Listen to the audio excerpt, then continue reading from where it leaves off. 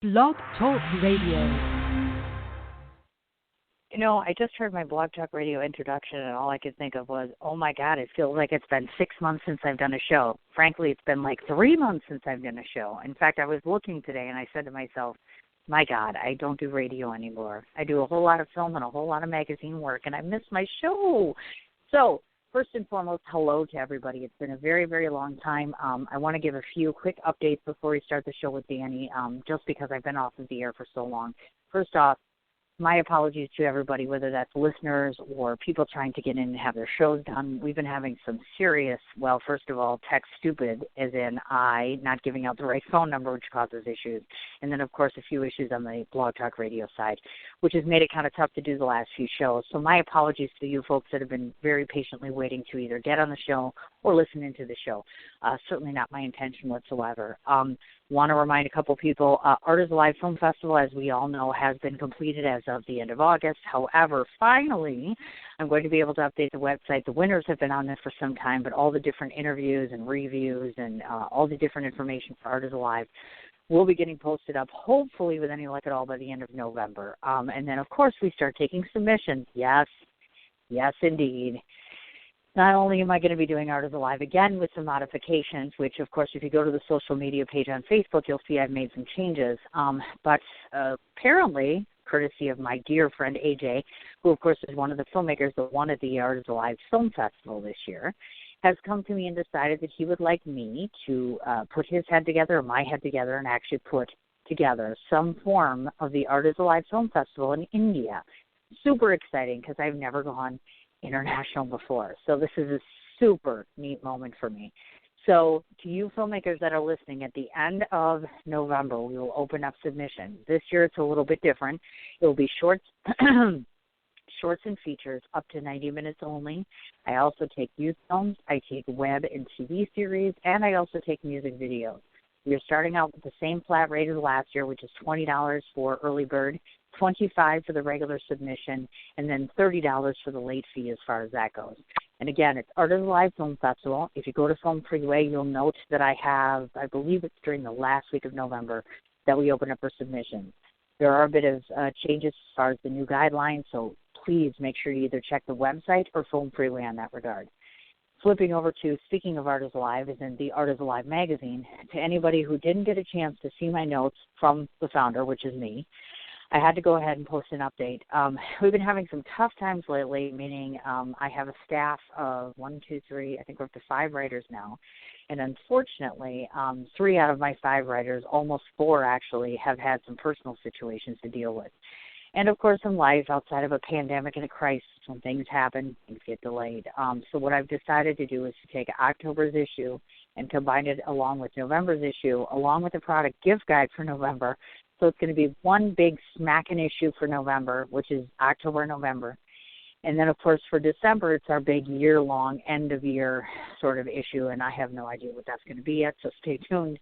But that'll be a nice big issue to round out the year of 2020. So for those of you who want to go ahead and check it out, it's www.theartisalivemagazine.com. Please go ahead and spread the word to your friends. Blog Talk Radio, as far as Sin's Chat Corner, which is what we're on now, I am scheduled for today's show, and then I believe I have 6 more or 7 more this month because of the Thanksgiving holiday. Please go to Sin's Chat Corner on Facebook and check out my actual schedule. Otherwise, Blog Talk Radio, I will go ahead and update that. Quick reminder about Bedford Falls Film Festival. That would be the black and white film festival that I run with Michael. Please, please, please spread the word to anybody you might know. I'm having some serious struggles trying to find films for this festival. Remember, it is all black and white. Can be any time limit. Michael seems to think that we don't need to cap the time limit on these films. So, black and white shorts or features of any length, newsreels. We could also take Weber TV as well as far as that goes, but it has to be at least 85 to 90% black and white. And, of course, the submission fee for that is a little bit lower, which is $15. If you go to Bedford Falls Film Festival on Film Freeway, you'll be able to find out all the information. But if you have any leads, any information, anybody you can tip me out to, I will be eternally grateful if you can help me out because we're getting submissions, but they're just trickling in. The last thing that I want to mention before I get on to Danny, because he's been so gracious to wait for me, The other thing that I want to bring up is, of course, we had talked about the live interviews I've been doing. There isn't much that I want to say because what I've been doing is filming a bunch of different interviews that we are trying to get optioned for a particular network, so I don't want to jinx myself. However, those will be put on the magazine site. Those will also be put on YouTube as well, so stay tuned. I'll have more details on that probably by the end of this month, but I didn't want to leave anybody hanging. So, without further ado, you don't want to listen to me talk anymore. We want to get Danny on the line and listen to him talk. He's a phenomenal speaker, and, of course, I have to try to say his name properly again today. So, let's get him on the line and start chit-chatting. Hi there. Woo! That's a whole lot of stuff going on there. I'm laughing because of your joke laughing? about being able to say my name. Well, because I keep saying it all the time. Folks, if you were at Art is Alive, you would know this. I'm like, oh, my God, I have, like, anxiety about saying your name because it's so rude. Like, you people are like, you didn't say my name right. You didn't get the name right, Cindy. And I'm like, okay, so I know. You said it perfectly when I gave you the trick. Think Oshkosh Bagosh. That'll get you through. Oshkosh Bagosh. Well, that's very gracious of you. And thank you, by the way. Oh, my gosh. I'm so grateful to you. And poor Danny has been one of, like, 3 different filmmakers where I've had trouble. Judy from My Father's Fabulous Funeral was a problem, too, where it's just been tech difficulties. And then I looked and I'm like, oh, my God, I gave him the wrong number. So I appreciate your patience and being able to come on today. You're getting me, I'm a little overtired, so I think that's a good thing. That means I'll probably have more energy for you. And I have like a million questions that I didn't ask you at the festival, so I'm kind of proud of myself that I have new questions. Yay, go me. So the first question is, we want to talk about something very personal because up until a couple of days ago, if you can believe it, it's the very first time I looked at your husband. I've never seen a picture of your husband, like really looked at your husband until 3 days ago. Edward. I want to talk about Edward. Let me tell you why. Because as I mentioned at Art is Alive as well, our personal partners are oftentimes a reflection of lots of things in our lives. So tell me a bit about Edward and my listening audience, who wasn't at the festival, of course. Tell us a bit about Edward, and then also tell me a bit about, in terms of his dreams in the future, are they going to continue to align with yours and you'll continue to work together over and over and over again? Or does he have separate endeavors he wants to do? Okay, so lots to unpack there. Let's just start with Edward Elder. That's my husband. We've been together for 27 years now. And he helped me co-produce my first film, The Telltale Heart, which was at the Art is Alive Film Festival, and the adaptation of Edgar Allan Poe's short story as a musical. And he also played in it. He was my murder victim. But you actually do not see his face in the movie. You see his body, you see the back of his head, you see his hands, but the face, because it is so vividly described by Edgar Allan Poe, I wanted to leave that to the audience's imagination as to what his eye actually really looks like, the vulture eye of the murder victim. So that is why you probably did not see him. I don't know where you saw his face, probably on something I posted on my blog or something. I'm not sure. But yes. Yes. So if you want to see his face, you have to go to my blog because it's not in the movie. You only see his hair and his hands as he struggles to not be suffocated to death. I love you. Let me choke you. And then let me choke you again. Yes. I get it. Yeah, I wrote a blog post called "The Day I Murdered My Husband," and it was fun. So all of that. He's been sort of my co-producer on our production company. We call it Frederick Byers Productions. That is a combination of our middle names. Mine is Frederick. His is Byers. So it's Frederick Byers Productions. When we were mostly doing theater productions in the New York theater scene, he was always part of it with me. Sort of, the support behind, me maybe being at the front of it, also directing or doing whatever I'm doing or acting in it, but him always being a support to me and to the production. So on the set of Telltale Heart, he was, he helped out where he could. He brought in food. He went out to get the coffee, or he was there for whatever errands needed to be run when he could be.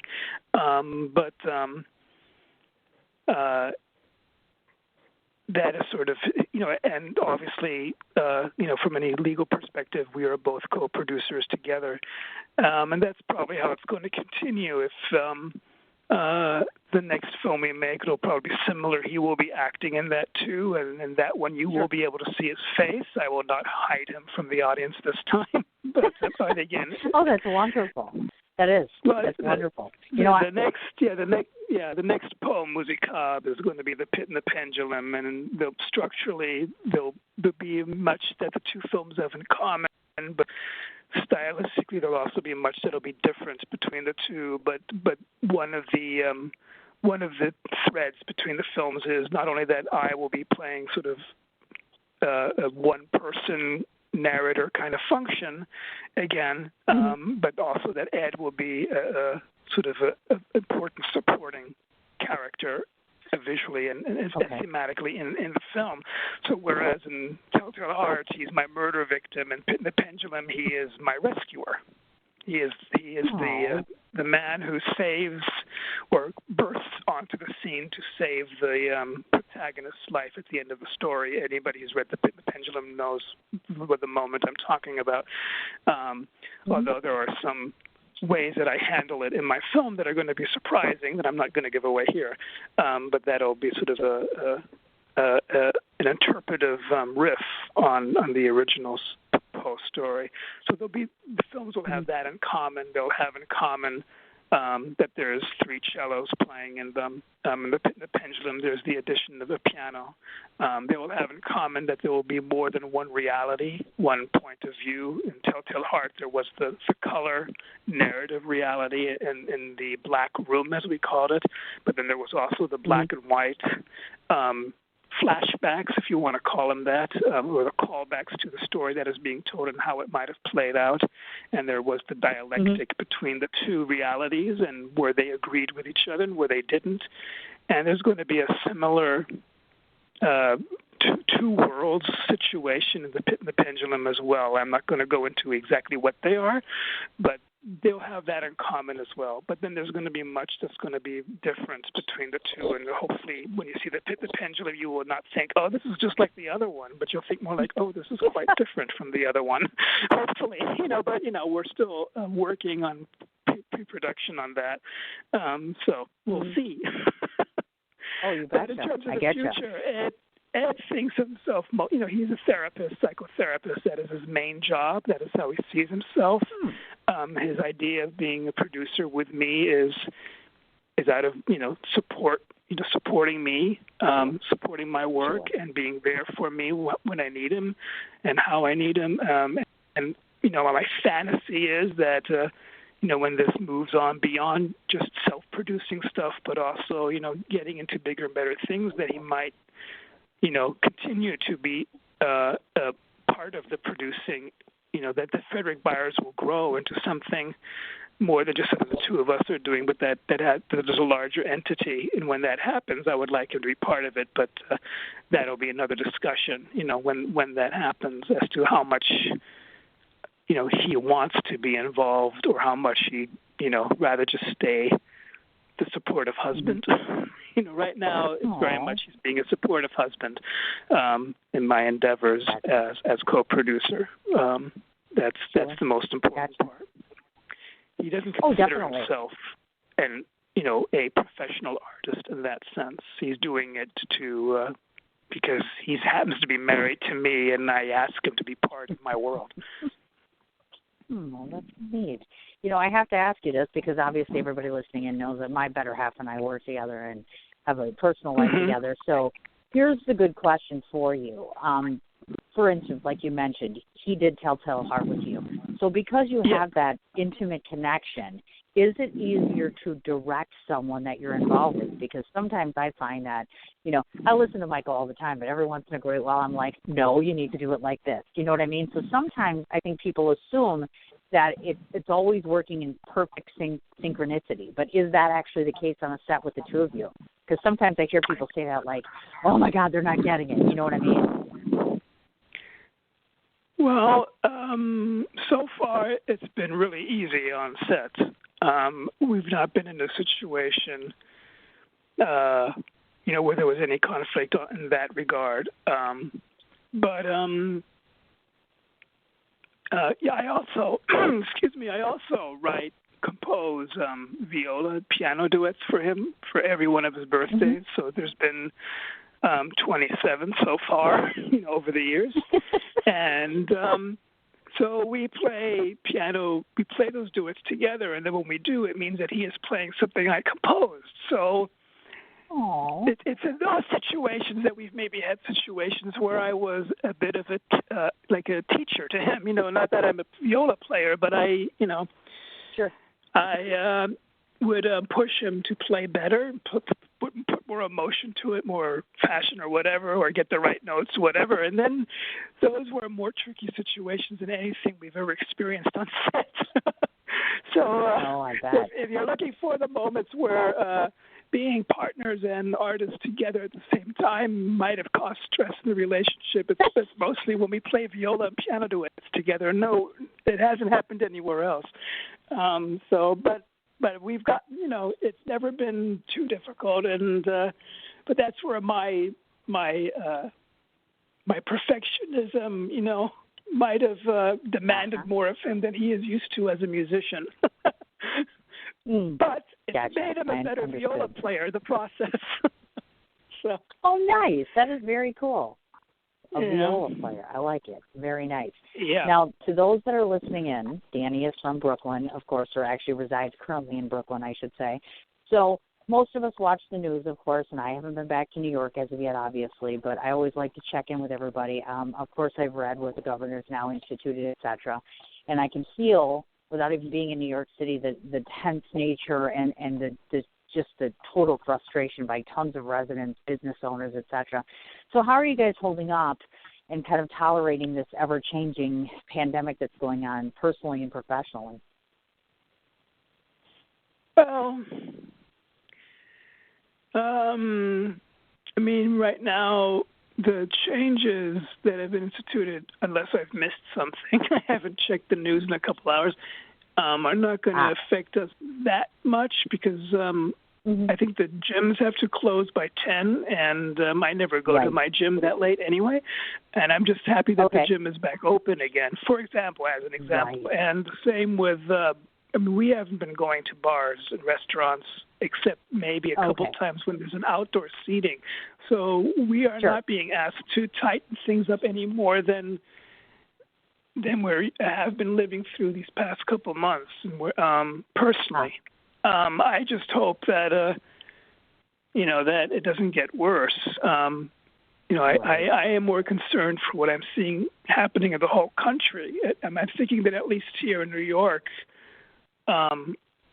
at least once it hit us, maybe not before it happened, but once we realized what we're getting into, we had a government that we could, and a governor and mayor that for the most part we felt were trying to do the right thing by us, rather than elsewhere where that wasn't always the case and there was much more whatever. I was more concerned when I traveled outside of New York this summer than I was being inside the city at that point. I felt like once we had gotten over the worst in the spring in New York, that we were sort of holding it together pretty well. And what's happening right now is an effort to keep it that way and not let things get out of hand. Whereas in other places, things seem to be getting out of hand, and that I find more distressing. Gotcha. No, understood, definitely. And, of course, most people know, as you know, New York City is a hub for theaters and entertainment and plays and festivals and film, et cetera. It's tough. I talked to a lot of filmmakers lately that are just, starting to lose hope. When can we film, and is it safe to film, and will the theater? Yeah, I'm worried about that too. I was just having a long conversation about whether or not we would be able to, as an indie production with a small crew, whether we'd be able to put something up and when we would be able to do that and what the regulations would be for us in terms of protocols and whether it be something that we would be able to manage. And I don't have the full answer for that yet. I need to look into that more carefully, more closely. I'm not quite ready to think about that yet. I'm still, in sort of pre-production stuff, but I need to start looking into it because if I'm going to plan for shooting, say in March, I need to get things in gear for that time. But the question is, the protocols that exist now may be different by the time we hit March. It might get easier or it might get more difficult, and it's not something anybody can really know for sure. I can't expect the city to know for sure what they will allow us to do and what not. But there is shooting happening in New York right now. I just talked to someone who was on a set for 3 days, but they had to all get tested ahead of time, and they were all tested daily as they got into this. Was a big shoot, 100-person crew. So the big productions, they have the money to institute the protocols to allow this to happen. What I don't know is what the requirements would be for a small crew of 12 or 14 people and where we'd be allowed to shoot and where not. But my guess is it can be done. We just need to know what circumstances will allow. And I don't quite have all the answers for that yet, but I need to start thinking about looking into them. I figure by December, I need to look closely. Okay, what are they allowing, and what are they saying, and what are the expectations for, say, February and March? And if it looks like it may be something that I can do, then I start, trying to find a production designer who can build the sets I need, and setting dates and stuff like that. But I don't. That would be great if we could do it, because then that means that. COVID has not stopped us from doing it, has not delayed us beyond what probably would have been the time frame anyway. Yes, I'm setting up studio space right now. I plan to go into the studio and lay down my vocals in 2 weeks or start that process. And and we will, I will probably not be in the same room with the engineers. I'll be in the booth, and they'll be in the engineers' room, and we will talk to each other that way, and that'll be safe, and that's how we'll do it. There are, it can be done. It can, and with a number of variables to think about, of course. Just the whole dynamic of doing anything is really different right now, certainly, without a doubt. Yeah. And I'm just glad that you're both healthy, and safe, obviously, and doing what you need to do, which is all, of course, important for all of us. There is a difference between March and June or whatever. We just stayed home for the most part, only went out for grocery shopping. Sure. We didn't start getting tested until we got back from our trip, But now we've been tested several times, so that's a different life. So we're living a life that's a little more public now, but it also means we need to make sure we get ourselves tested before we do anything. Where, it is just everybody who we're meeting in that situation agrees, okay, we get tested ahead of time and we all got our tests, we're good, okay, we feel comfortable. And that's what we might have to do more regularly. So that's a different lifestyle, weighing the situation. But I also feel comfortable because at least a couple of months ago, we were in New York at the same level as Europe in terms of infection rate. And that was way safer than the rest of the country. Now, of course, the country is doing even worse. New York is worrying, and a lot of Europe is worrying and going back into lockdown because the rates are going up. And what are you going to do? You have to do something. But that's unfortunately, the situation. I had a theater piece of mine that was actually performing in a theater in Germany where certain theaters were allowed to actually have productions going on, which is not the case in New York, So I was feeling lucky. But Germany's rates were going up, and they decided to close off theaters for the month of November.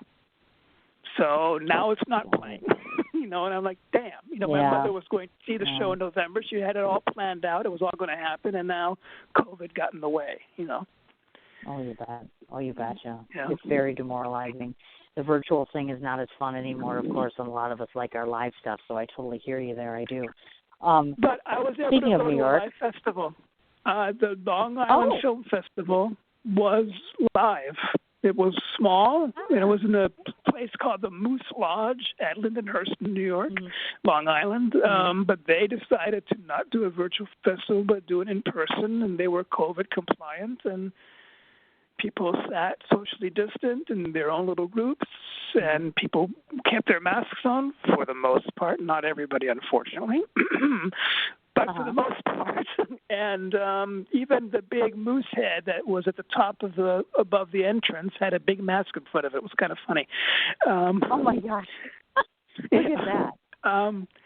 Yeah, so, and I went there because I was like, oh my God, I get to go to a festival that'll be in person. I haven't been able to do that since February. You know, my film has been showing in a lot of festivals, but it's been virtual, and it's almost like, you know, that's not the experience I was dreaming of when I first thought I'm going to do the festival circuit for a year, you know.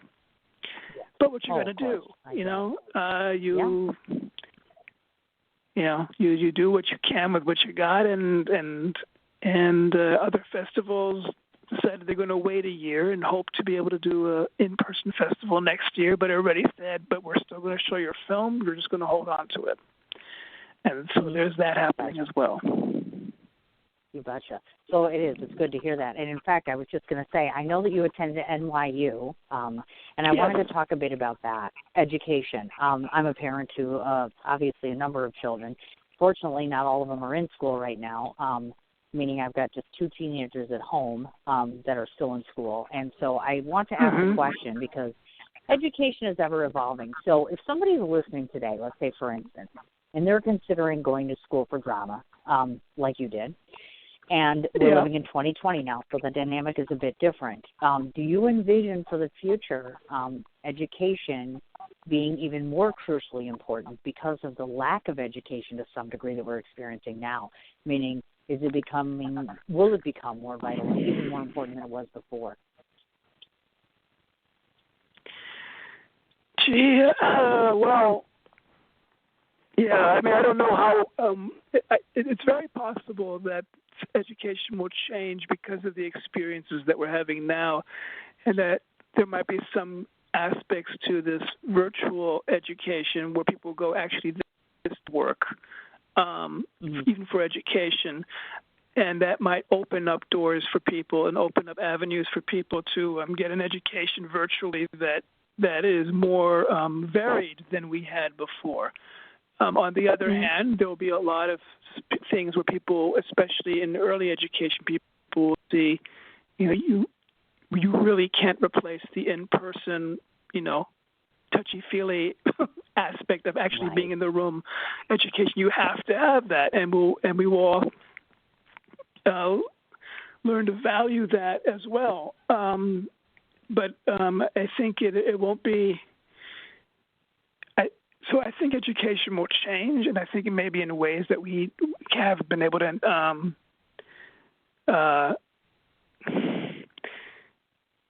But I think people might also. Depending on what their goals are and what they want to be educated in, some people might realize it is not as necessary to go to a place to get what they need, or they might realize maybe there might be ways to put together an education that comes from many different places at once. So like a combination of I really want this class. There are not many people who are taking this class, but virtually we can get enough people together to have this very specific class. And why not do that? Why, you know, I go to this university, I do this and this in the buildings, but there's this one very specific thing that only I and 20 other people around the world really need, but we really need it, and we can do this virtually.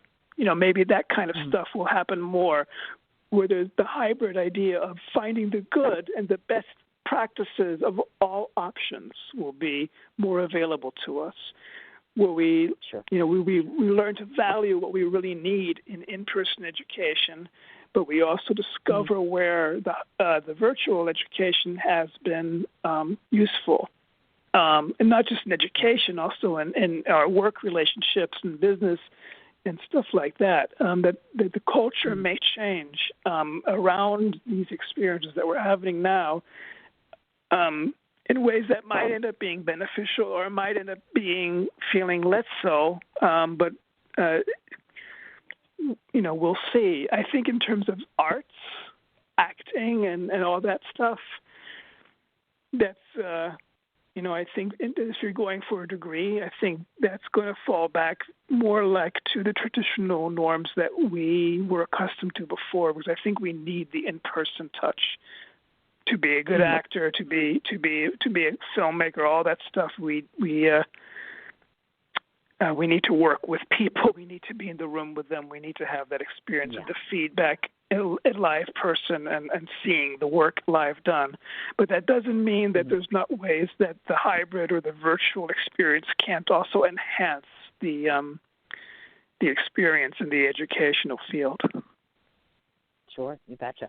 I know that you yourself have been a teacher on and off for some time now, and I've taught before. I'm not sure if you've been doing the teaching virtually at all, because I've spoken to people, and I'd like to get your take on this. I've taught virtually before, and I don't mind it because I've done it before. But for those that are used to the traditional classrooms and then moving to virtual, it's quite complicated for them. And because I know your field of study, I would imagine it would be very hard for you to virtually teach, would it not? I mean, I would think you'd almost have to be present to make that work. Yes, and the work that I've done in the schools has been basically put on ice in the meantime, unfortunately. Because what I did in schools was work with the kids in the classroom to create their own original operas, their own original musical theater productions. They wrote them, they then rehearsed them, and they performed them in the classroom. And I suggested to the school at the beginning of the school year that there might be ways we could do this with a hybrid model or even virtually, and that I'd be willing to explore that with them. But they basically said, we don't have any funding for this anymore. All the money we have is just there to be able to do regular school. We don't have any money. Oh, boy. So basically that was their way of saying, not right now, and I, right. So yeah, for me as a teacher in the school system, as a teaching artist, it's not happening for me right now, and I'm not feeling very confident about the future myself. In terms of my private lessons, I also give piano lessons. Half my students see me with mask on, and we keep 6 feet apart, and I wipe off the keyboard every time, and then half my students I actually see via Zoom or Google Meets, actually, whatever it is. But I'm able to give them lessons that way. So that I was able to continue, but also I had students who just said, I'm leaving New York, and I haven't heard back from them. They did not opt to try to take up lessons over or virtually or to continue with the keyboard. They just picked up and left town. So for me, lots more time to prepare my next film because I'm not doing half as much teaching as I used to. Gosh, what a shame. Let me tell you. Well, and the other thing, too, is because let's talk a bit about the actual composition of music. Because I am a writer. So, of course, my composition when it comes to composing and creating words and putting them on paper, I'm guessing is very, very different from someone like yourself who composes. So my first question to you relative to this is, how do you get colorful and creative, and even now more so, because I'm here to tell you a lot of my musician friends are frankly very depressed or feeling very dejected, and honestly, it's tough for them to even try to create or compose something that's original right now. You know what I mean? So how is your process continuing? I mean, how are you continuing to write or create music in this climate? Well, I had the idea for Pit and the Pendulum sort of with me for a long time. And I had some basic musical ideas, like how I wanted to go about it for a long time, but I didn't really figure it out, like how I would adapt the piece until last November during a time of depression, actually, because there was technical difficulties finishing Telltale Heart, and I was in a holding pattern for a month or two with nothing to do. And then, so I was like, well, what are you going to do? You got to just wait. So why don't you look at Pit and the Pendulum and decide, work on the next one. Just get ready while you wait. And then in that feeling of holding pattern impotence actually fed in very nicely into the story of a guy who's put in a cell and is awaiting his doom, which is what the Pit and the Pendulum is. So, in that moment, I reread the Edgar Allan Poe story, and I finally figured out how I can adapt it as a musicabre. I finally sort of cracked the code, so to speak, for myself. And I might not have if I hadn't been in that position where, I wasn't in a similar state of mind as the poor, lead character. He was feeling, stuck in a cell and then awaiting his doom. So anyway, but that was then, and then I was like, okay, fine, I've got the idea, but then I figured I'm going to be too busy with Telltale and the festivals, which I was, and then COVID hit. And I was like, oh, shoot, all the festivals are either being postponed or canceled or what have you, and I'm not going anywhere, and I'm not teaching. What am I going to do? And so I went, and I actually wrote and finished Pendulum in rather short order in the spring. So for me personally, it became a time of composing and writing the music and then writing out the score and writing the screenplay and doing all that. And it felt very productive to me. And while I was doing it, I was like, this is so ironic. I am writing this musical adaptation of someone being in a death trap, literally, while the whole world is in a death trap around me, and I'm in New York, where things are the worst. And sure. One could easily, say, "Oh my God, COVID made you write this," but really, that'd be pushing it a little bit. It was just a coincidence more than anything, but a nice one, for the storybooks. Yes, while we were all in lockdown, I decided to write the scripts, write the score about, really dark doings and doom and gloom and the person's descent into a private and physical hell. Like, oh my God. Yikes. So actually, the writing of it was not difficult.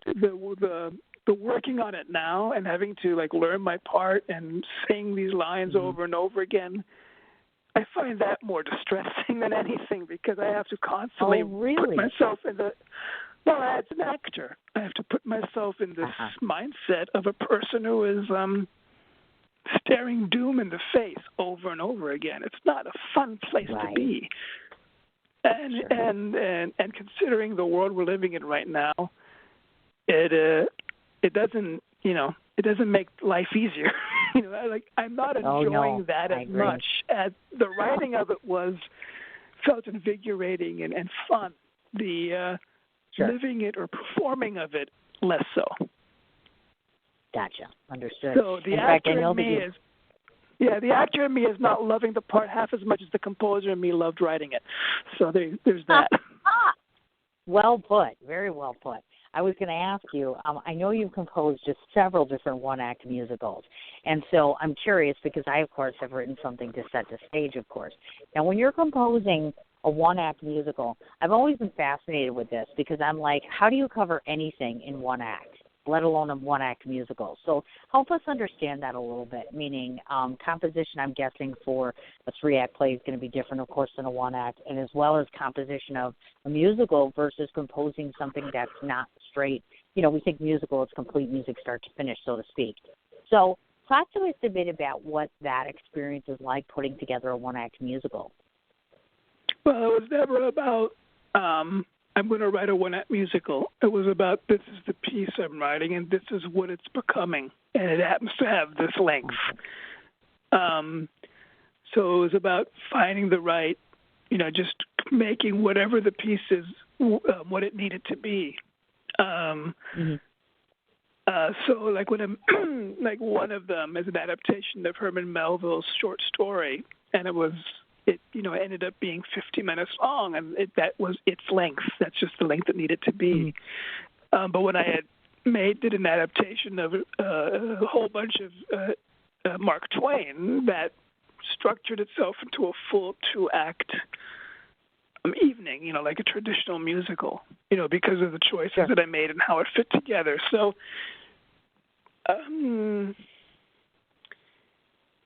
The choice is not going in, or it's going to be a 2-act, or it's going to be a 1-act. Is what is the piece that we're adapting, and what does it require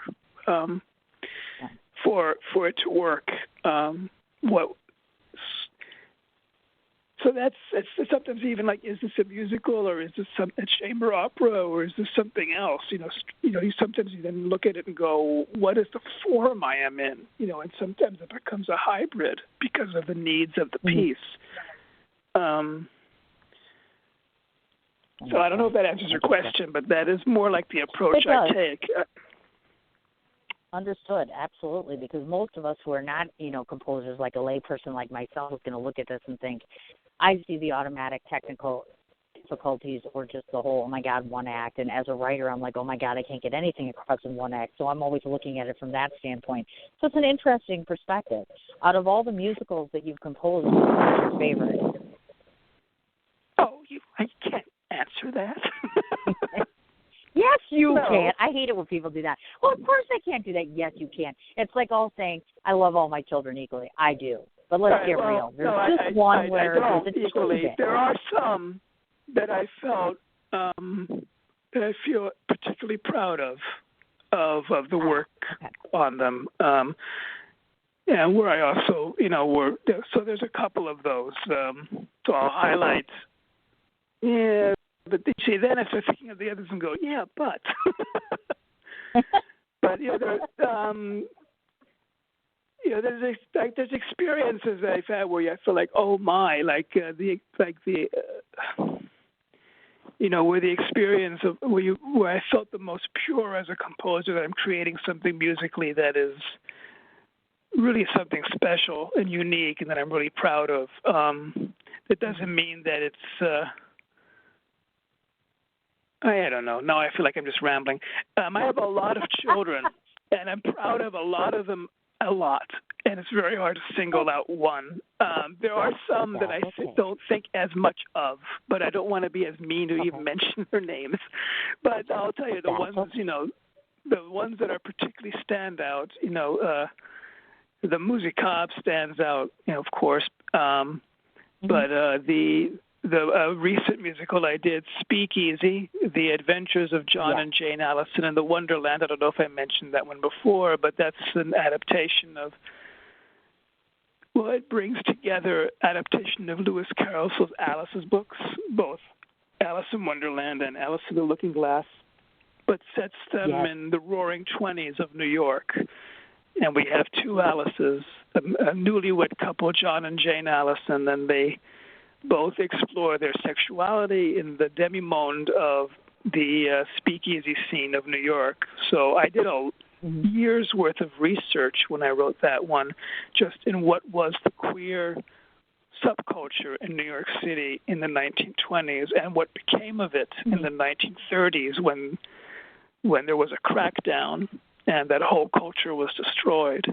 And that true history and some real people who lived that life and who existed then become threaded to the sensibility of Lewis Carroll in a magical realist adventure. In terms of my writing, in terms of creating an original book, I'm most proud of that because a lot of my musicals are adaptations, or I am not the book writer and then my collaborator is someone else. This was one of the few where I was responsible for the book, and it's an original book,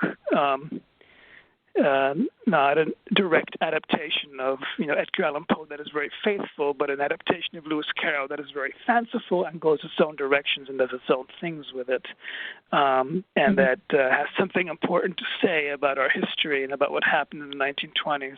So that's one that it can easily point out to as being one of the musicals I'm most proud of, and that is a recent one. I am very proud of a lot of my literary adaptations of American literary masters. I've done a Mark Twain musical. I've done a musical based on the works of Langston Hughes, as well as my Edgar Allan Poe adaptation. And those two alone are works that I feel, very strongly about what I did there.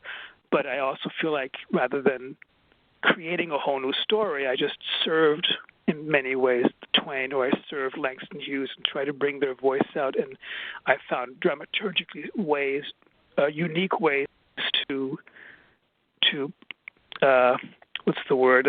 organize their work. In Langston Hughes' case, is his poems. Right. So I originally called it The Blues According to Langston Hughes, but that became a subtitle, and now the piece is called I Too Sing America. And what I did is I read every single one of Langston Hughes' poems. He wrote almost 1,000, and I found over 200 that I thought I could set to music, and I got the rights to them. And then 61 of them, I took 61 of his poems ultimately and wrote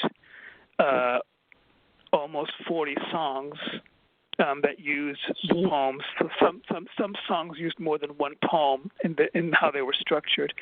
And I also organized them in a fashion that they tell a history or reflect the history of America or the African American experience from the early 1920s to 1960, which is basically Langston Hughes' adult life. Spans that time period. He died the year I was born in 1967, and he started writing poetry in the 1920s.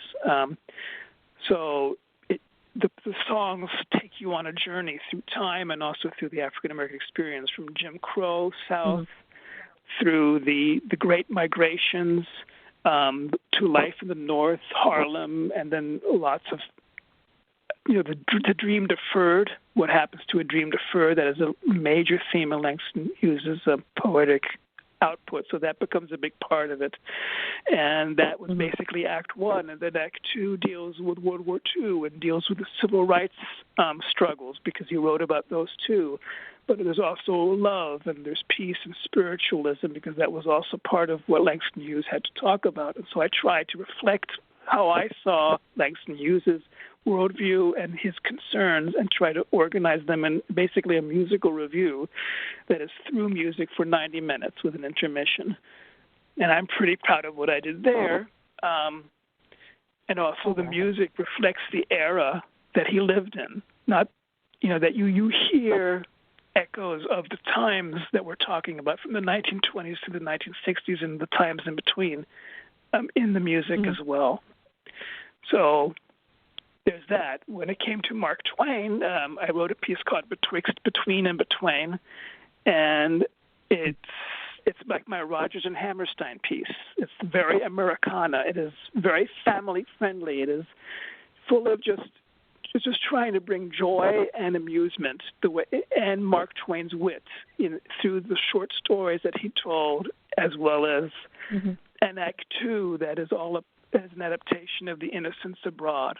So Act One is a journey through the American West, using a lot of stories that Mark Twain told, in like a bunch of skits or short stories, each scene, one or two songs structured around one of the stories, ending with a 15-minute adaptation of a segment from Life on the Mississippi that is very autobiographical from Mark Twain. And then Act Two takes all these crazy Americans on a boat and sends them to the Mediterranean and the Holy Land and Innocents Abroad, and it becomes a story about the American tourist, 1865. And that's it. And there's not a lot of, it is mostly designed to be musical, to be full of fun and full of enjoyment, and I consider it my Rodgers and Hammerstein musical. And I'm very proud of it for that. Except Rodgers and Hammerstein didn't write a lot of songs in 5/8 and 7/8 and 11/8 rhythms. I do, but still, That said, even with all those crazy rhythms, it is very accessible and the most sort of, this is so hummable kind of musical I ever wrote. So there's that. My gosh. I must mention this. Somebody, this was a very good question I thought about earlier today, and filmmakers tend to have different views in general. And I know, of course, obviously you've been on the directing side of things, the acting side of things, writing, and, of course, composing. So here's the question. If you are making a movie, for instance, would it be easier to have all dialogue and do you feel that the words speak for themselves, or is it possible to create an entire film solely made with music alone, just complete composition start to finish, would it be just as easy to follow, do you think? Because there's a few musicians out there that have said to me, the music sometimes can make the entire movie, meaning without any dialogue whatsoever. A little hard to believe, but is it possible for an excellent composer such as yourself to do such a feat? Well, I actually think that is maybe what I'm doing with The Pit and the Pendulum. Oh, really? Even though I am adapting post-text, and you will hear post-text spoken and sung, Mm-hmm. I wouldn't be surprised if it wouldn't be if an audience, when they see this film, will not need to understand post-text to be able to understand the film. I don't think hearing I mean, I didn't think of this before until you asked this question, but that the way this is structured musically and the way I intend to film it and edit it visually, that you do not need to understand the words to be able to understand this film. This film will not need subtitles if you don't speak English. And in addition to Poe, I am also adapting the Dies Irae poem, the Day of Destruction, Day of Death, the apocalyptic poem that is often used in requiems. And it is becoming so it is almost as important a text for the film as the original Edgar Allan Poe. And the reason I'm doing it is because Poe's short story starts with a quote from Latin that he doesn't translate himself. I had to look up the translation as to what this text was about. And that inspired me to have sort of a license to have characters in my adaptation actually sing Latin and use the Dies Irae text as a basis. I actually had to write lyrics in Latin. I do not speak Latin. I had to sort of figure it out. And I luckily have a friend in Germany who is pretty good in Latin, and he helped make sure that my Latin was accurate, or where it wasn't, that he would help me figure out how to make it accurate, because I had to make up my own Latin. I couldn't just copy the original Dies Irae. I had to write my own additions to the poem. And even now I'm thinking, do I need to subtitle this or do I not? How much do I subtitle the Latin?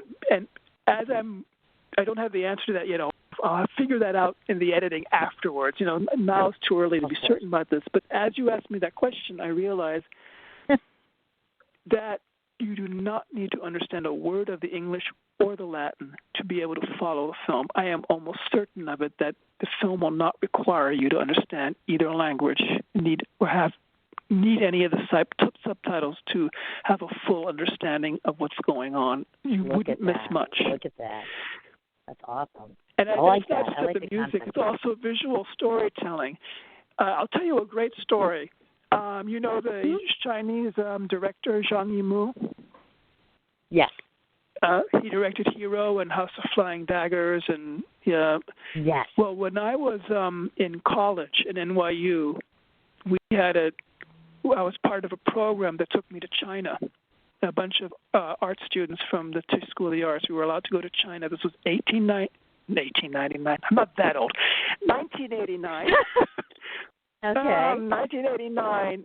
This was like 2 months before Tiananmen Square happened, and so at that point, it was very open to visitors, and it felt like this country was liberalizing and becoming more free. We did not have any inkling of the horrors of Tiananmen Square and the lockdown, the shutdown of freedoms that were about to come in China. At that time, it looked like things were getting, more open to the West and more free. And we visited the film production studios in Xi'an, in the center of China. It's like their Hollywood, the major film production studios. And we got to meet Zhang Yimou and Gong Li, the actress, who had just made They had just made their first film, Red Sorghum, at that point. And I had heard that it had won the prize in the Berlin Film Festival, because I grew up in Berlin, Germany, so I checked. I had heard of the news, so I knew that, this was a big deal. But he was just at the beginning of his really illustrious career to come. That was his first film, and we got to meet him, and we got to meet her, and he sang a little Chinese folk tune to us, and I sang Amazing Grace to him. It was great. And Oh my then we gosh. were allowed. I know, it was wonderful. And then we were brought into a screening room, and they showed us Red Sorghum, the movie, without subtitles. It had no subtitles. It was in Chinese. And at first we panicked. We're like, oh no, we're not going to understand a thing. Sure. But he is such a good visual storyteller that even though we had no subtitles, and there were some scenes where we were just like, I have no idea what people are talking about, for the most part, 90% of the film, we could follow the story, and none of us felt, frustrated by the end of the film. We understood, for the most part, what had happened, why it had happened, and it was beautiful. And so he's one of those film directors. I mean, you might be surprised how many films are told so beautifully visually that you are not reliant on the dialogue to understand it.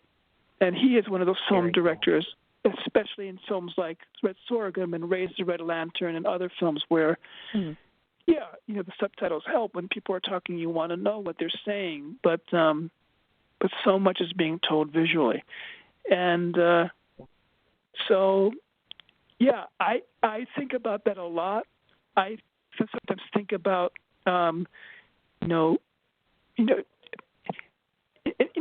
about that I don't care about dialogue and wouldn't want to do that at all, but I just realized that my strength as a composer lends itself to try to make films where the music is so much more part of the storytelling than people are accustomed to. Why not play into my own personal strengths? Because I can therefore give you something unusual, something different that maybe only I can do. So that's why I'm making another musicale. It's like, well, this is maybe not my niche, but certainly right now it is a way to not only distinguish myself as having a very specific thing that I do that nobody else is doing, but also, uses what I have to offer to the best of the abilities. I once had this reminds me, I studied acting and directing in NYU. So my final year was all about doing stage directing projects. I didn't act, I stage directed. And I figured, since I'm also a composer and into music, that I should try to direct my own musicals or musical adaptations and things like that. And I got dinged by the head of the theater program, the drama program, because I didn't adapt an original text. Even when I had text and dialogue, it was something that I had adapted from Shakespeare or something like that. And I was like, yeah, you're right. I didn't do the usual things, but isn't it more important that I explored and tried stuff that only I can do? Yes. Why did you want? Yeah, he was mad at me for not doing, he would have rather I had done a straight play, no music, and done what everybody else was doing. Yes. And he was angry at me because he said, you need to do something that has. My first piece was a musical, but it had dialogue and everything. My second piece was an experimental musical piece where all the music was created in collaboration with the actors and it was all vocal. Okay. And he showed no appreciation for anything that was different there from the usual. He wanted me to do a complete traditional thing. And then rather than take a play that was written, I wrote a play based on Shakespeare's sonnets, which had dialogue and people interacting, but also music. He still said, yeah, but you still wrote another original piece. You didn't adapt. You didn't just direct somebody else's place. And he thought that was a demerit. And I was like, but I still did all the things you have to still do when you direct actors and when you direct scenes. It's like, why are you being so narrow-minded? And I'm like, why are you asking me to do something? Why aren't you happy? Why aren't you pushing me to fulfill my individual abilities to the best of the structure of your program rather than stifling what makes me unique so that I do something like everybody else? And that I feel is problematic. I want to, not everybody should do the same thing. Everybody should figure out what they can do best and then do that well. Exactly. Yes, I agree with you. In fact, it is discouraging and discerning, really, to listen to somebody like that where they look at you and say, yes, we want you to do exactly this, instead of going outside of the box or trying to elaborate more on something that's more creative or more interesting. Or imagination is limitless. That's what I always say. So to use your imagination to the best and to be able to create something, isn't that what it should be? Right. And so if I never direct a piece that is a straight drama, and I only end up doing things that are musical, well, maybe that is the best way to spend what I have to offer, because that is sort of where all my abilities are allowed to maybe fire on all their cylinders. Right. It doesn't mean I wouldn't be good at directing a straight drama, and even one that doesn't have a musical score, if that seems to be the right thing for that piece. And maybe one day I'll do that because it'll fall on my lap or it'll come my way and I'm going to want to do it. Sure. But if I never do it, it's like I don't think it's going to be a huge loss. I think it would be a huge loss if I didn't continue to try to put music and the visuals and everything that I can do together the best that only I can do. Because no one else is going to make another poem musical probably if I don't. Yeah.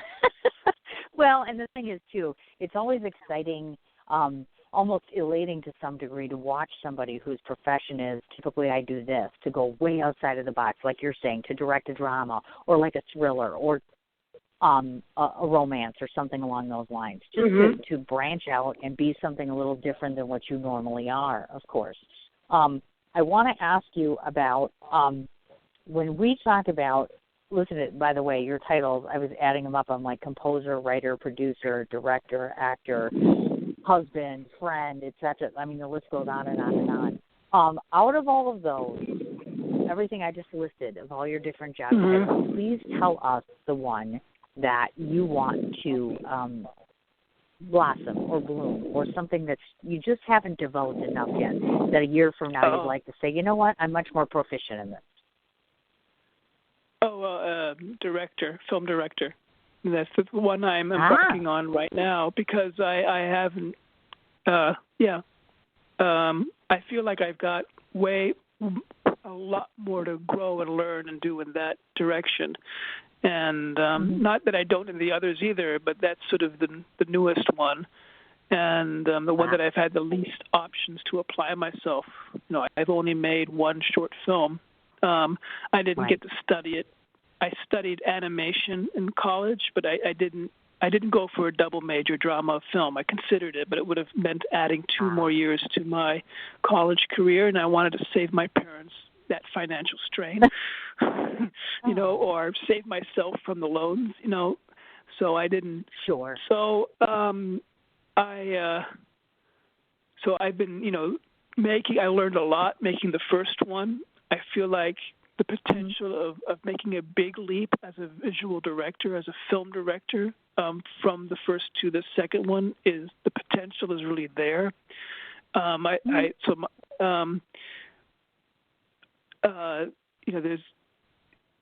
You can see that the first one had its roots in a theatrical production. That's where it came from. Right. That's where it came out of. It was an adaptation of something that had originally been done on stage, and I didn't try to hide that in the filming of it. I tried to play with it and then do stuff that are purely cinematic in that process that you can't do on stage, but the stage roots of the piece are noticeable, and I don't deny that. I didn't try to. This next one, there's going to be nothing stagey about it. It was written specifically to be made as a film. It was when I adapted it this last November, when I thought about how I would crack the code, so to speak, of how to make this, I didn't think of it as, okay, this is how I would do it on stage. Now this is how I'm going to do it in a film. I have no idea how I would do this on stage anymore. I couldn't do this on stage. It would not be physically possible unless you completely rethink it as a piece, because I'm doing things that you can only do in film, and both visually as well as musically and with the sound. I mean, just with my voice, I'm doing things in the use of the human voice that I discovered by accident making Telltale Heart, and that I'm now going, cool, let's do that in this film. Let's do this with the soundtrack. So, where being in a room and having 5.1 surround sound as part of the experience of how this is going to work, or having a surround sound theater environment, movie theater environment. So I'm already feeling like this is going to be a much more cinematic experience and going to push me much more, make me grow as a film director, and I want to continue growing. I'm looking at these first two films very much as my apprenticeship as a film director. Right. Okay. So if you're going to ask me which of all these things do I feel like I want to grow the most or still need to grow the most, there's no question. Yeah, the one that is the newest in my repertoire. Film director. You betcha. When you look at his IMDb, folks, by the way, because when you Google Danny, of course, and I'm not saying your name but once today, and you can't make me do it. Wait, folks, you'll see how I screwed up. Anyway, when you look at IMDb, you see the three different projects that are listed. Ironically, note that Danny did not mention that the majority of those are television projects. And you haven't spoken a lot about television, I've noticed. In fact, rarely, because one was a TV series, right, and one was a TV pilot, if I'm not mistaken. So television, you seem to favor that as far as the IMDb side of things. So will we see more television from you? Because and maybe it's me and the actors I roll with, a lot of them aren't as keen on doing television anymore. I don't know if that, and that's before, of course, the pandemic hit. Television's a different element than film is, of course. And so how do you stand in terms of the television? And tell us a bit about the TV projects you've done. Well, they're really far back in my past. Most of my adult life, I've been in theater, so that right. and TV or film has been, until sort of deciding to produce it myself, has been not a big part of my life. I have no, prejudices against the medium in that sense. And for all I know, if these musicabres go well, they might end up being something that you stream through a streaming service on television and not something that you see in a movie theater anyway, and especially as a short film, that they're more likely public life after the film festival circuits is to be through some sort of streaming venue. That would be the dream, really.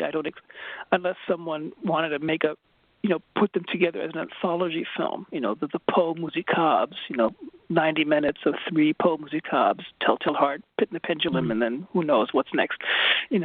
All that is an option, right?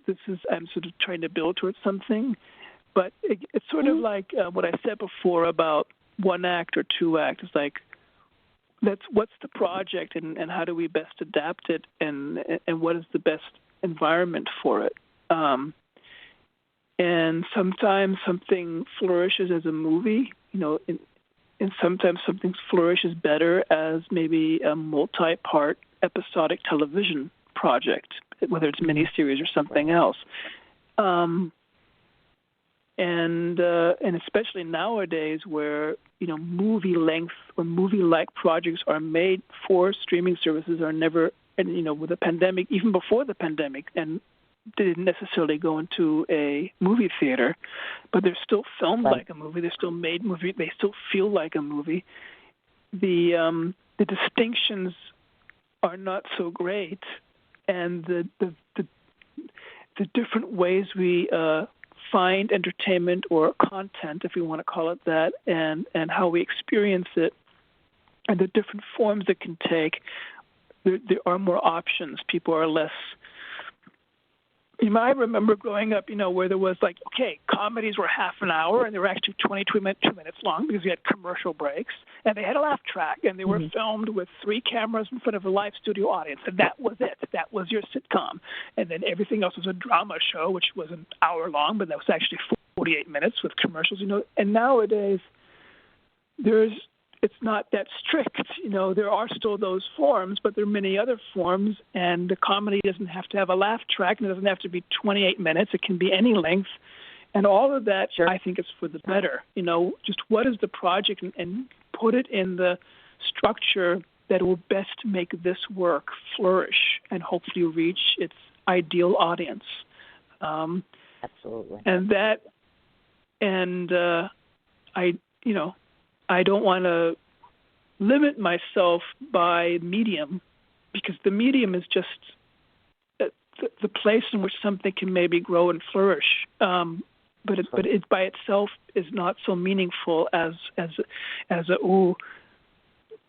there was a time when, like, if you were a TV actor, you would never be given a movie role, and movie people looked down on television and so forth. And all of that, luckily, is more in the past. And nowadays, people are drawn to the project. What is the project, and what do I get to be? What do I get to do in this project? And is that interesting to me as an artist? And that is the important thing. And I think that is a much better value system to have, ultimately. And I think also the audiences are like, just what's the project? Do I want to see this? Do I want to be entertained by this? It doesn't really matter whether I watch it on my laptop or my TV or in the movie theater. I miss going to the movie theaters. It sucks that New York State still hasn't opened up their movie theaters. I wish they had. I think there would have been a safe way to do it, but I'll respect the decision. But I really, really miss it. I was an avid movie theater goer. I would go at least once a week, and if not twice a week, to the movies in a theater. So I really miss it. But I'll survive. I'll watch them at home if I have to. But living in New York and not being able to go to the movies, the killer. Yeah. True killer, absolutely.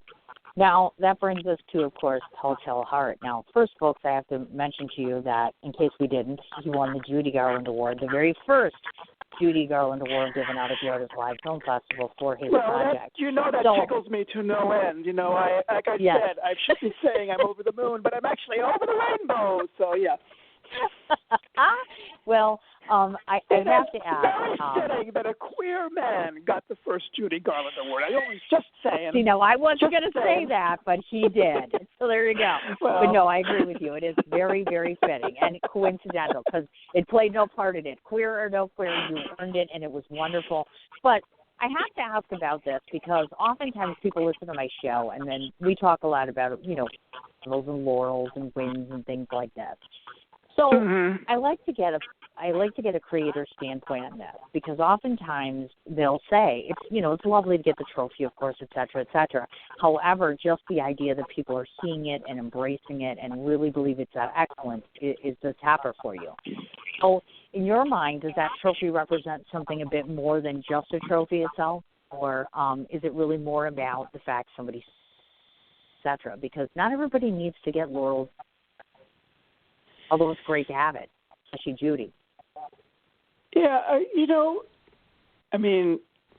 it's interesting because, originally, it was for the score of the film, if I understand correctly, the musical scoring of the film, and you had a pretty wide variety of options. You included films that used, that had a compilation of songs that they didn't necessarily write, but that they put together. So there was a very wide net that was cast in terms of how you recognize the use of music in a film. And that's so it makes for interesting bedfellows too in that case. But it meant more that you called it the Judy Garland Award. And that is, if I'm going to be honest, of course that's just cosmetic. You made a choice, you gave it that name, and there it is. But, I won several awards for my music. But, this is the one I'm going to remember and have more fun dining out on than many others, So, like I said, it tickles me to no end. It was fun to get something called the Judy Garland Award. I get a great kick out of it. So, neat. But, the rational part of me goes, why should this count more than any other award you received, Mr. Ashkenasi? Right. The other part goes, it was the Judy Garland Award. No! So what do you know? Find your joy where you can. It made me happy. It gave me an extra kick, and so I appreciate that, Sure. Oh, absolutely. And I know and now, of course, people care about me happier, my friends or my family members, they see that I've been getting rewards for the film, and they make note of it and so forth. But when I posted about the Judy Garland Award, it got a heck of a lot more attention. So yeah. Absolutely. So that's how these things sometimes work. You give you gussy it up a little bit, people take more notice. Oh, you betcha. And to me, of course, obviously, and to those that have been to my festival, and now you've been there, I'm always naming awards and giving away things to people of prominence, and not just necessarily all the way up as high as Judy Garland, per se, but there's always meaning behind it, of course. And so we're very proud that you won it, clearly. Telltale Heart, for those of you that don't know, you must be living under a rock. I'm kidding. We all know what Telltale Heart is, but I want you to explain to your listening audience, because they weren't at the festival, some of them. Tell the audience what makes your version of Telltale Heart stand out among the original. Well,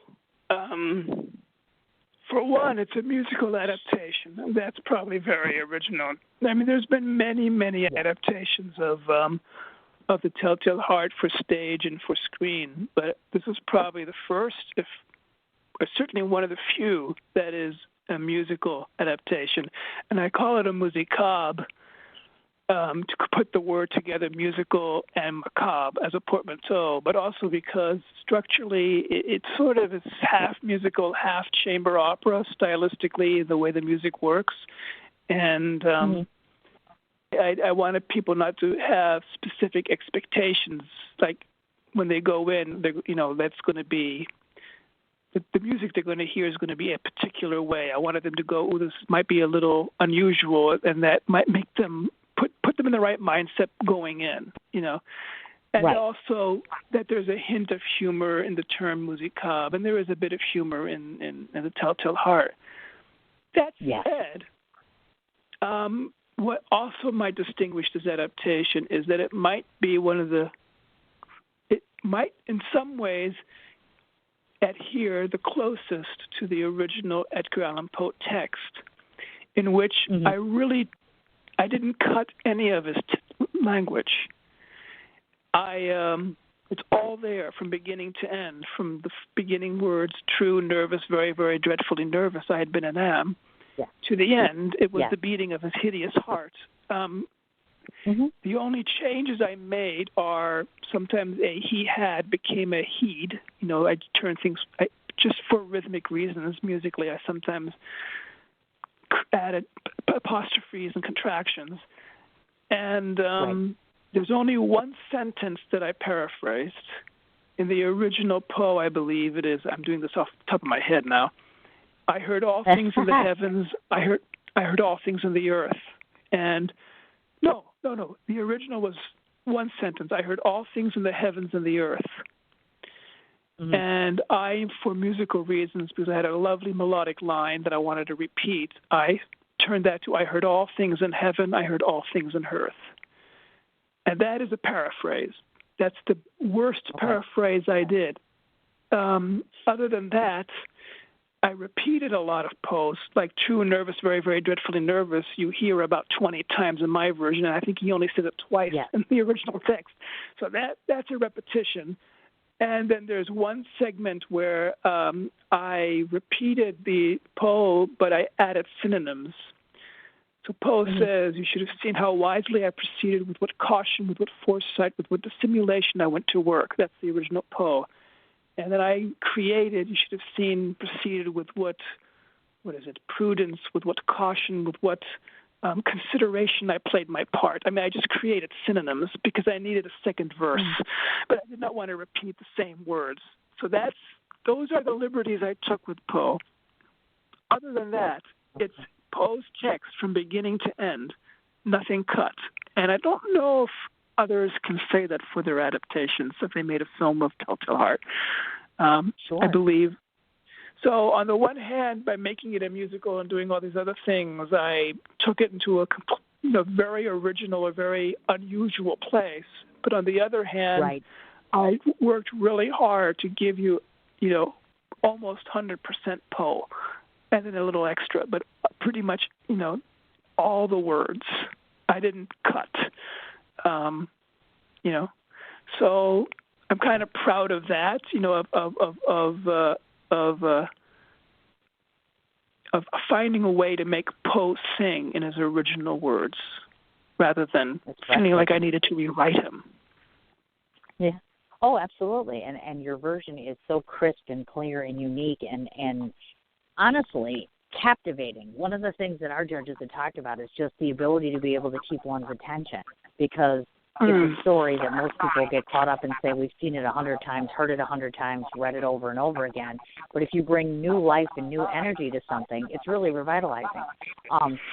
And your point on in terms of some of the things that you bring to the table with that. Also, we are up to, I know there was 25 nominations, 41. Are we at 43 or 45 wins at this point?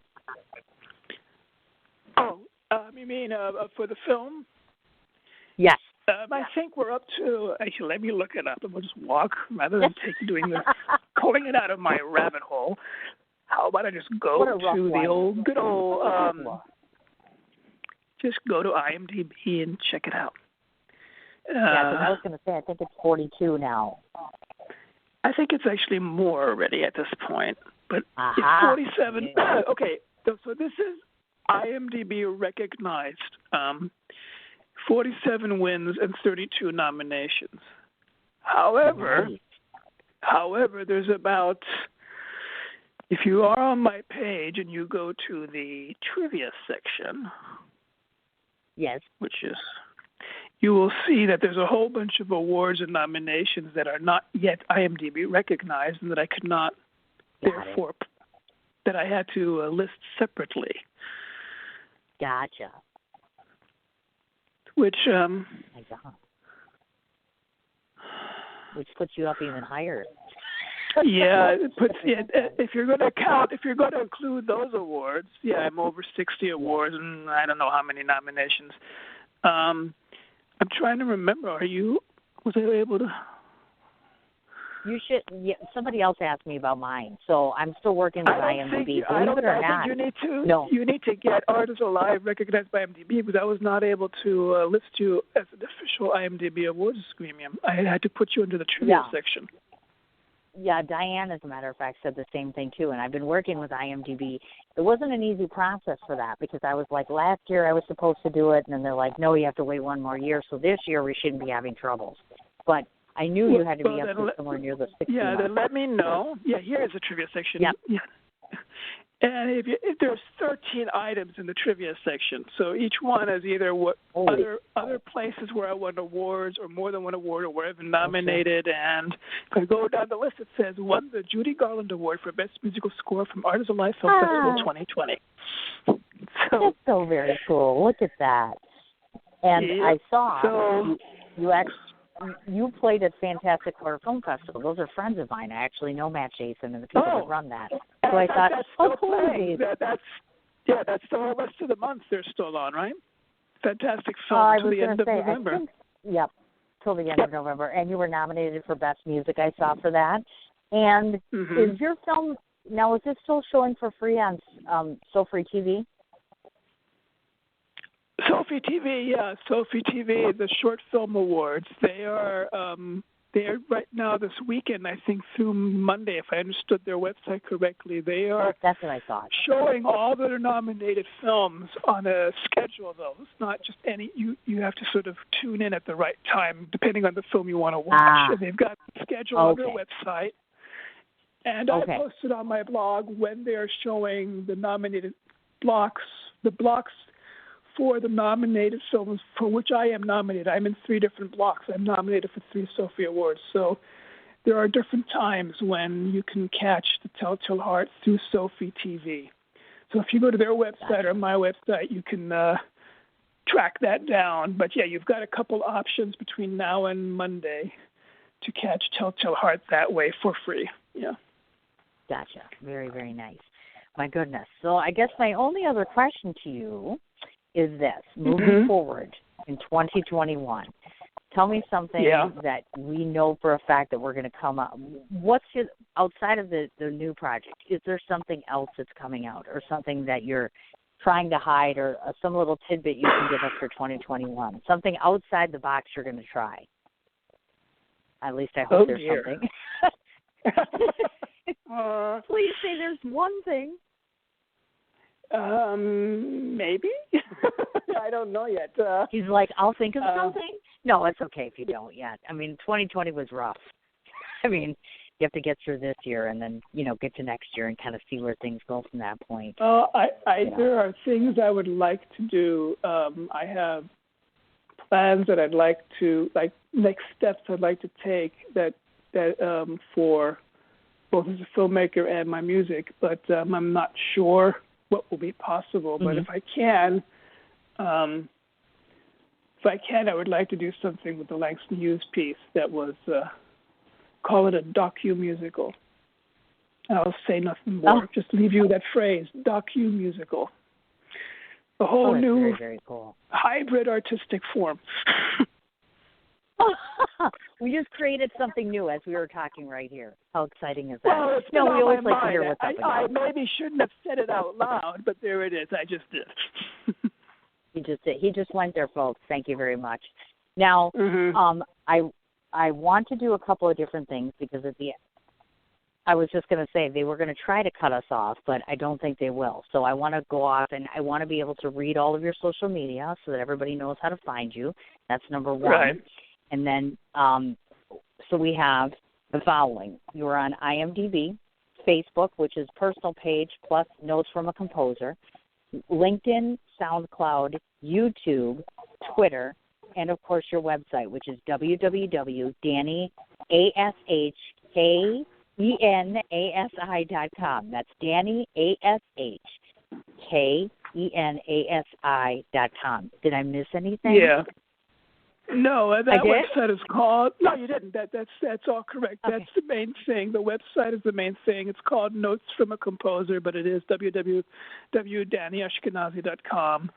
And on the Facebook thing, the main thing is also the Notes from a Composer Facebook page where and I'm on Twitter, Danny Ashkenasi. It's my name, but it's the crazy spelling of my name. Look how cool that is. My God, we actually talked 90 minutes, and now they actually are going to cut us off. I'm like, oh, my God. Okay. 90 minutes? I don't even think we talked that long. It was just like you just got on, and here we are. Here we are. Mm-hmm. Here we are, nonetheless. So, well, thank you for having me. Satisfaction. Thank you for coming on, and please come back again. I mean, make no mistake, you have an open invitation to come back anytime you'd like to be on the show. Cool. I love that. Sure. You're a wonderful guy. I mean, you really are. All right. Thank you. And give me 2 hours or so. And this is an archived episode, just so you know, and the people listening in. So I'll send you the copy from Blog Talk Radio, and then I'll send you a YouTube channel, and you can put both of those up. And then, of course, we'll be in contact with, I think, the interview, and then, distribution, because I think we talked about that. But I think that's the last thing, and we're all set. Okay, cool, great. Sounds good. And you enjoy your Friday. I'm off to go hang with my kid. Have a wonderful weekend, dear. I'll see you soon, you too. hopefully. Okay. All right. Great. Bye-bye. Bye-bye.